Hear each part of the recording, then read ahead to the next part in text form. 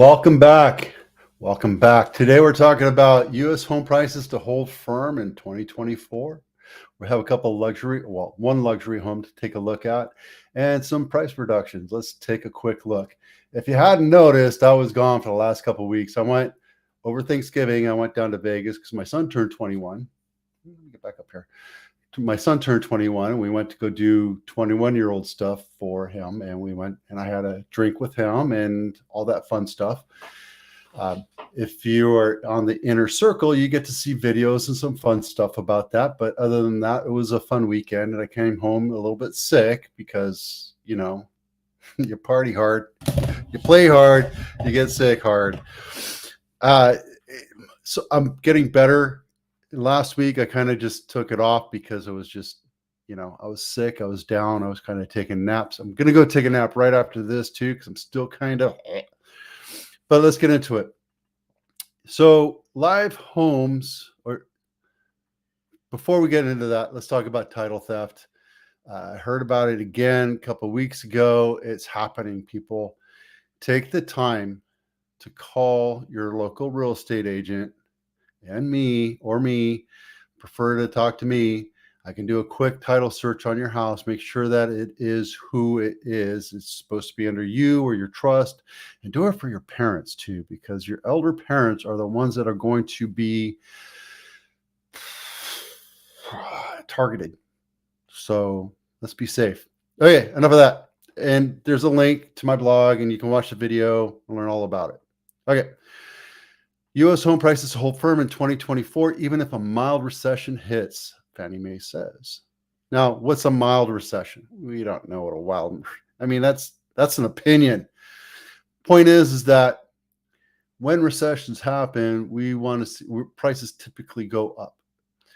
One of the things they do, one of the mechanisms they pull is to lower the rates, which might increase sales, but affordability will not be managed that way, because right now we're going through a process of unaffordability all across the United States. It doesn't matter where you are, because no matter how much money you make, unless you're into the millions a year, making an income and then buying a house is pretty much out of reach, right?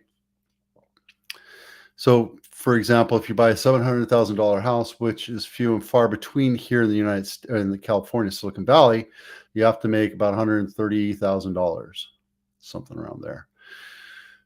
So the assumption is, now this is not what, these are just assumptions and forecasts. The assumption is that prices or rates, interest rates, are going to stay high, come down just a little bit, enough to nudge the economy forward, because in all parts of the economy, we're a small part of it. Where I want to say we're like maybe 3% of the entire GDP, but at the same time, we're one of the mechanisms that we have to use to keep pushing us forward as an economy.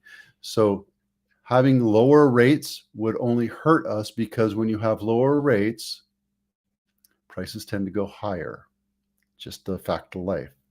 Because more buyers, let's go over here real quick. See this number right here? No, not this one right here.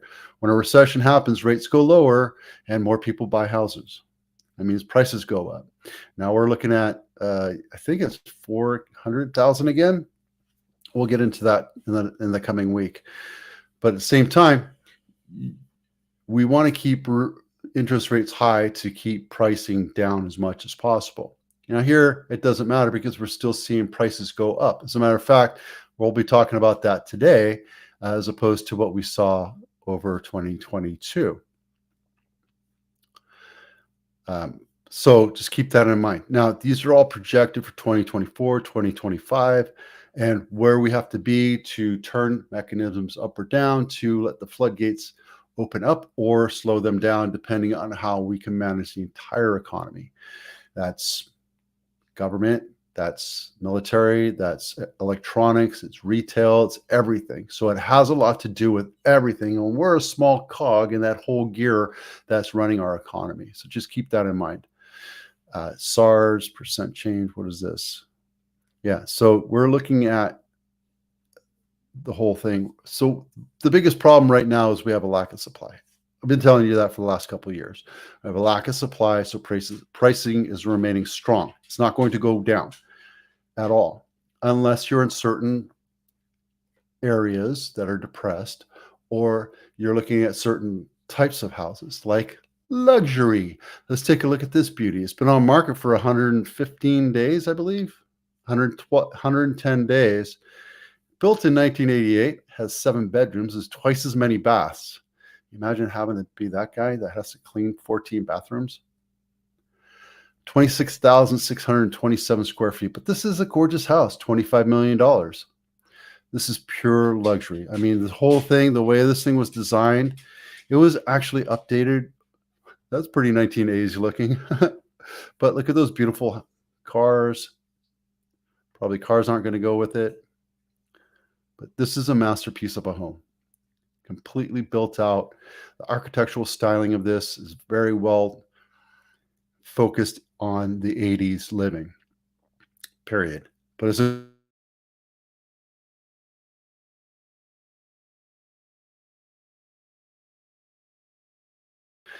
look at that. It's like a house right there. That's the entire house right there. It just keeps going and going and going. You're on top of a hill. There's your golf course down there. You see the Diablo Mountains up there. This is in Danville. Look at that. It's a beautiful piece of architecture.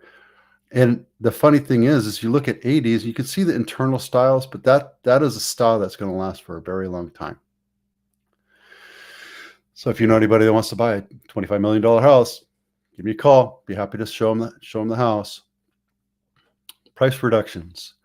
Now, I can almost guarantee, holy cow, what is, it's a 1 bedroom, 1 bath. Look at that.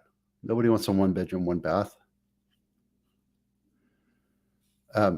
So look at all these houses right here. They're all sitting on the market for a really long time because pricing, right?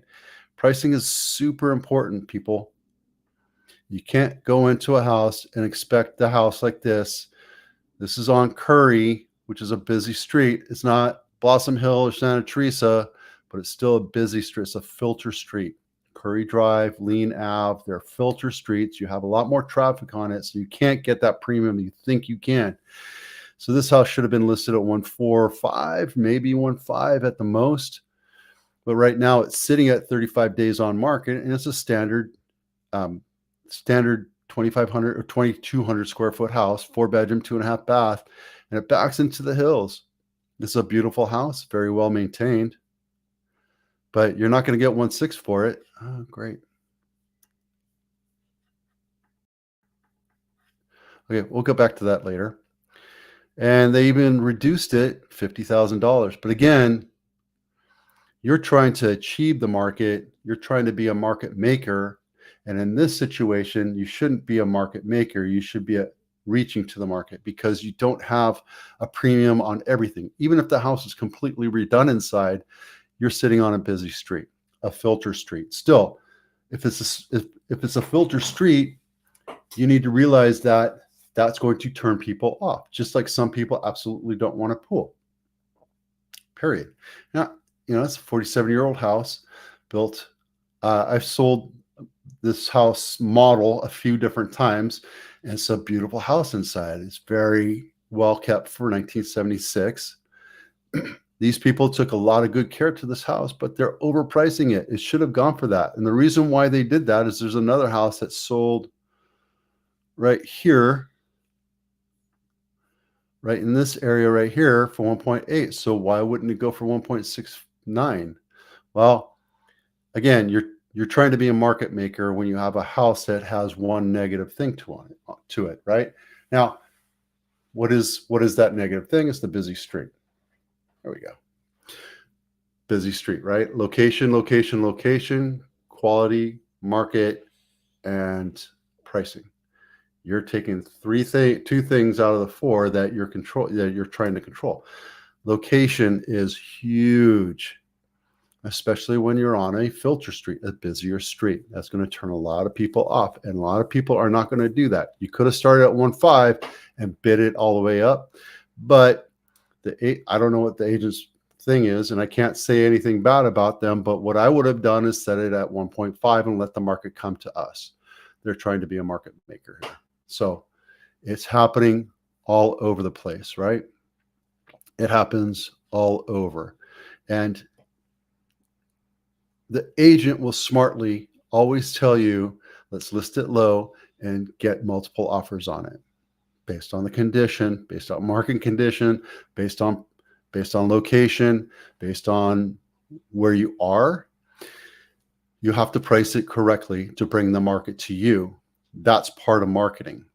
And I go through that in all my little courses. I have a bunch of home sale courses, and I have a bunch of videos that talk about how to sell your house quickly. I have this house coming up over here, and it's in horrible condition. They just let it go. It was like a renter, and we're just done with it. And I tell you, it kind of looks like that, but it's a 3-bedroom, 2-bath. It's like 1,000 square feet. Not in the greatest shape. But I also sold a house just recently right here in Cruiser. Is that right? Camden, right here. Right here, Estrade. This house right here. And I knew that the market wouldn't take a premium price on it because it was in original condition. And we thought maybe we can get 1.3. So we listed at 1.2. And by our surprise, we went to 1.38, which was awesome, right? The seller thought 1.3, I thought 1.3, and then I got a couple of good offers, and I negotiated with my buyer's agents and pushed it up. That's what you do as a listing agent, right? Let's see, go back to there. No. So when you see this happening, 99% of the time, okay, 70% of the time is the agent is buying the listing, right? They overpromise and underdeliver. 30% of the time, it's the seller saying my house is worth X and they're going to be unreasonable. Those 30% you kind of don't want to deal with because they're just mind blocked. This is what my house was worth back in April. My house was worth $1.8 million back in April. Well, April was a long time ago, guys. That was a long time ago. That was ancient history. We're not looking at those numbers. We're looking at today numbers, and that's what that's for. All right, so that's it. I'm not going to do 3 things anymore, 3 news things, because I want to keep it quick. 13 minutes. I'm Vito with Abitano. I'm glad to be back, glad to be healthy, and glad to be alive. We'll see you out there.